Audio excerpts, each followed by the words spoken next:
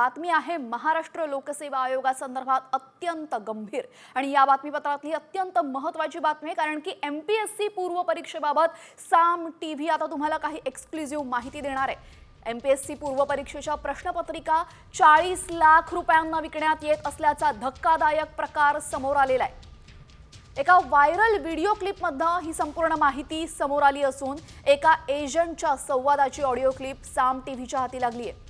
या एजंटचा किशोर बाळासाहेब जाधव या विद्यार्थ्याला त्याने फोन केला होता आणि एमपीएससीची प्रश्नपत्रिका हवी असल्यास थेट 40 लाख रुपयांची मागणी केलेली आहे। परीक्षेच्या आदल्या दिवशी रात्री पेपर उपलब्ध करून देण्याचा आमिष परीक्षार्थींना दाखवण्यात आलं।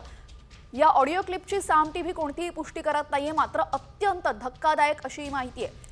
कारण एमपीएससी ज्यासाठी मुलं 4-4, 5-5 वर्ष तयारी करतात, अशा एमपीएससीच्या प्रश्नपत्रिका 40 लाखांमध्ये विकल्या जातात असल्याचं धक्कादायक सत्य इथे समोर येत आहे। किशोर बाळासाहेब जाधव बोलताय? हा, बोलतोय।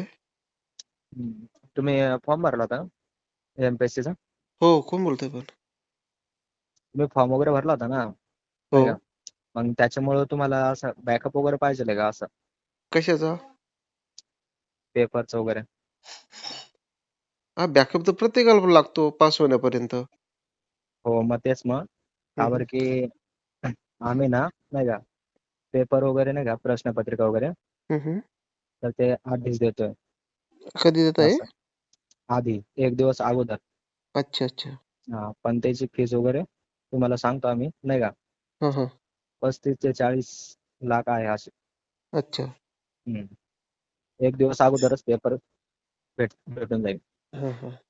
हा, असं आहे। मग तुम्ही इच्छुक आहात का नाही ते आम्हाला सांगा।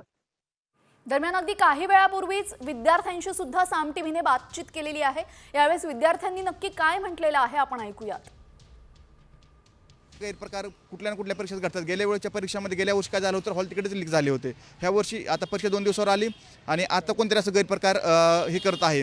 का असं षडयंत्र रचलं जातंय, खरंच ह्याचा काय प्रकार आहे हा जनतेसमोर आला पाहिजे, सर्वसमस्यांत आलं पाहिजे। ह्या पाठीमागे कोण आहे हे शोधलं पाहिजे। हे एक्झामच्या अगोदर 2 दिवस का करतायत, ह्यांचा काय हेतू आहे का खरंच पेपर फुटला आहे, ह्या गोष्टीची आयोगानं आणि पोलिसांनी सुद्धा शहानिशा केली पाहिजे। आणि जोपर्यंत शहानिशा होत नाही तोपर्यंत आयोगाने पेपर घेऊ नये असं एक विद्यार्थ्यांमध्ये मत येतं। कारण काय आहे की काही जणांचं असं म्हणणं पण आहे की आयोगातले काही क्वेश्चन बाहेर पडलेत, काय 30-35 क्वेश्चन बाहेर पडलेत असंही म्हणणं आहे। काही जणांच्या हातात पेपर पण गेलेत असं पण काही जणांकडून ऐकायला भेटलंय आणि पण शक्यता नाकारता येत नाहीये। तर त्याच्यामुळं विद्यार्थ्यांमध्ये खूप संभ्रमाचं वातावरण आहे।